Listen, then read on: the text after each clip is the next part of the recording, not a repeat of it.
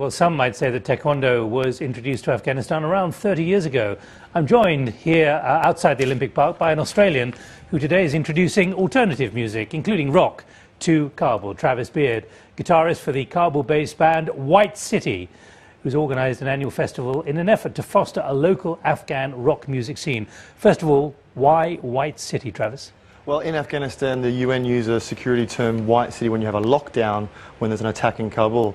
When our band was gigging around the town, we used to... Gigging around town? As in playing concerts, we would be said, you know, there's a White City call out, you shouldn't go out and play, but frankly, we still play no matter what the security situation is, so hence the name White City. What impact do you have as an alternative Western band of expats? We basically show the Afghan youth that there is alternative types of music out there that they can listen to besides Bollywood and pop, which is very popular in Afghanistan. So we're trying to expose them to new genres that they can actually get into and obviously start their own bands and then therefore start their own scene.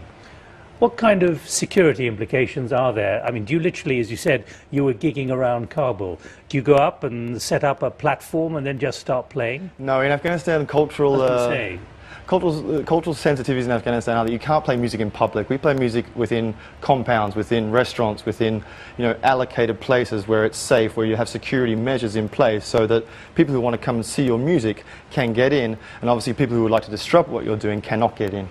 Which kind of audiences, though, are you playing to? Largely non-Afghan or Afghans? I'd say like 3 or 4 years ago, it was mainly the international community within Afghanistan. But now that we have these bands coming up out of the woodwork within the Afghan community, we're actually getting a lot more Afghan youth coming to our concerts. And I would even say now it's more Afghan youth than it is the international community that are coming to see our concerts. So what's your impression? Are you only doing this in Kabul, or are you beginning to travel, which for some people they might say this is a big risk, what you're doing with Western music out in the provinces? Well, of course, Kabul has a bubble effect. It's a very secure part of the country in comparison to other parts. We would like to go outside the capital and take it to provincial cities like Herat and Kandahar and these kind of places, but it's slow steps. With everything in Afghanistan, you can't rush things, you must take your time. Well, let's just see, as I ask you the last question, you and your two colleagues playing in Kabul.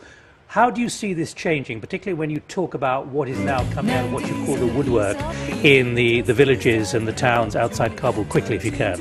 I can see that basically the kids or the youth of Afghanistan, they want alternatives, they want something else to listen to, they just can't get access to it. A lot of them don't have access on the internet, a lot of them don't have access through their schools or even just television. So the radio is a very powerful medium in Afghanistan, so music can be found anywhere in Afghanistan because you can always tune into a radio. And there is big change. Definitely. Travis Beard, thank you very much indeed, with his band White City. You've been watching London Live from the BBC with me, Nick Gowing, and the main news we'll have more in a moment is about the 9 who've been tracked and sanctioned for doping offences. More on that coming up.